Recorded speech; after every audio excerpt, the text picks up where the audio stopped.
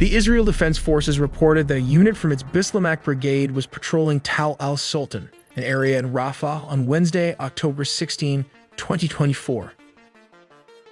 3 militants were identified and engaged by Israeli troops as they attempted to move from one building to another, firing back at the patrolling forces whenever possible. The patrolling tanks and the fighting vehicles fired shells at the buildings, destroying both structures. It wasn't until Thursday morning, October 17, when a DNA test confirmed that one of the militants was Yahya Sinwar, the elusive military commander. We will also explore in detail 2 possible scenarios, how he was eliminated, all covered in the videos ahead.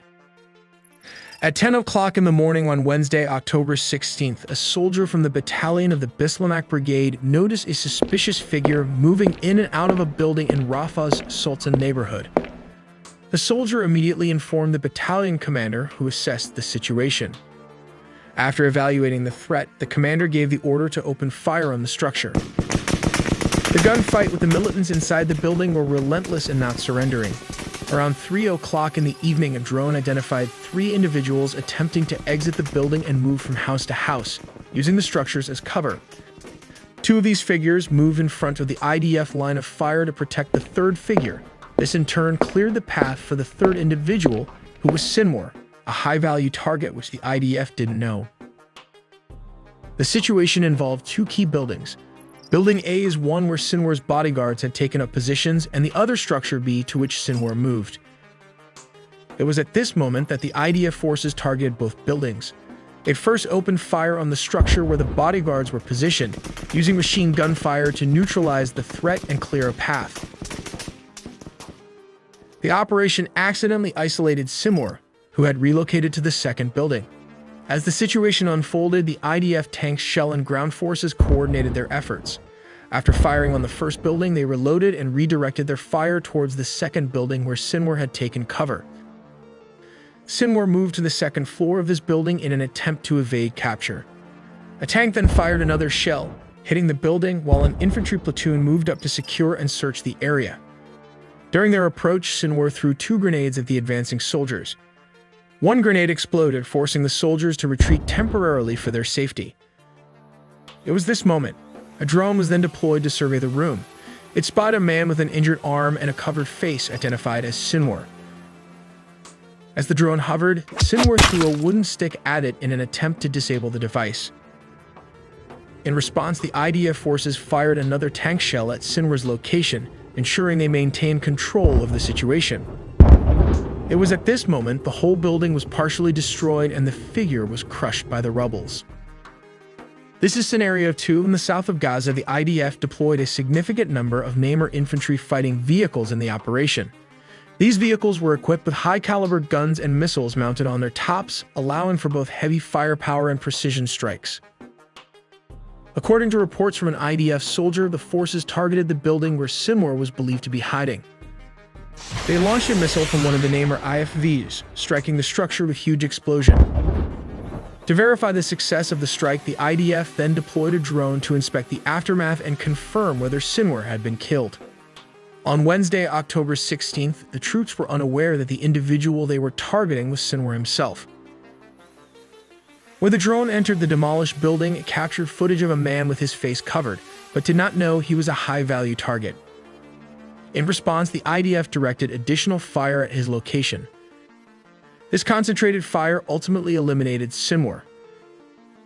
It wasn't until the next day, Thursday, October 17th, when IDF soldiers arrived on the scene, that they confirmed the identity of the individual killed as Sinwar. The soldier reporting the event noted that this confirmation was based on visual inspection, once they were physically at the site. However, out of caution, the troops suspected that the building might have been booby-trapped. To avoid any casualties from potential explosives, they chose not to remove the corpse immediately. Instead, they retrieved a part of Sinwar's finger and sent it to Israel for DNA testing to confirm his identity. Later that same day, after conducting thorough checks and ensuring the area was safe from any remaining threats or traps, the IDF managed to extract Sinwar's body. The remains were then transported to Israel for further examination and handling. Before we move into Sinwar military strategy, as an engineering channel, we'll first look into how to fire the Israeli Merkava tank. Now let's explore the interior of the tank, where we find the commander weapon station. The most prominent feature here is the primary sight extension, ensuring that both the commander and the gunner share the same view. On the side, you can see the commander display unit. This is the commander control system that tracks targets using the panoramic 360-degree sights and moves as demonstrated in this animation. In summary, the commander can operate the turret, search for targets, and fire the gun. Let's take a closer look at the gunner station. This section is referred to as the gunner handle, with the two black handles serving as the primary controls. Above them, you'll find a smaller red switch, which of course is the trigger. When this switch is pressed with both safeties disabled, the result is the firing of the 120mm gun. It's important to note that the gunner can operate this set of switches on one side. When pressed and held, the gunner can rotate the turret as demonstrated in the animation. These switches can also be used to elevate and depress the gun too when both of them are pressed and rotated. The result of these actions can be observed from outside the tank. When the gunner releases the switch, the gun movement stops. Located immediately adjacent to the commander is the loaders section. What is particularly intriguing is the loader's capability to choose an electrically operated revolving magazine for the type of ammunition required. The tank is equipped to house 48 rounds of ammunition, each securely stored within its protective container. An electrically operated revolving magazine is designed to accommodate 10 rounds that are readily available for immediate use. This setup serves to prevent a cook-off scenario when the tank is struck by enemy rounds. Additionally, the tank is equipped with a 60mm mortar positioned within the turret. When the situation calls for it, the operator can initiate the firing of the mortar round. When ready, the loader can fire the mortar round as shown in this visualization. Sinwar was born in the Khan Yunis refugee camp in Egyptian-ruled Gaza in 1962. After the assassination of Yahya, he became the top leader in Gaza.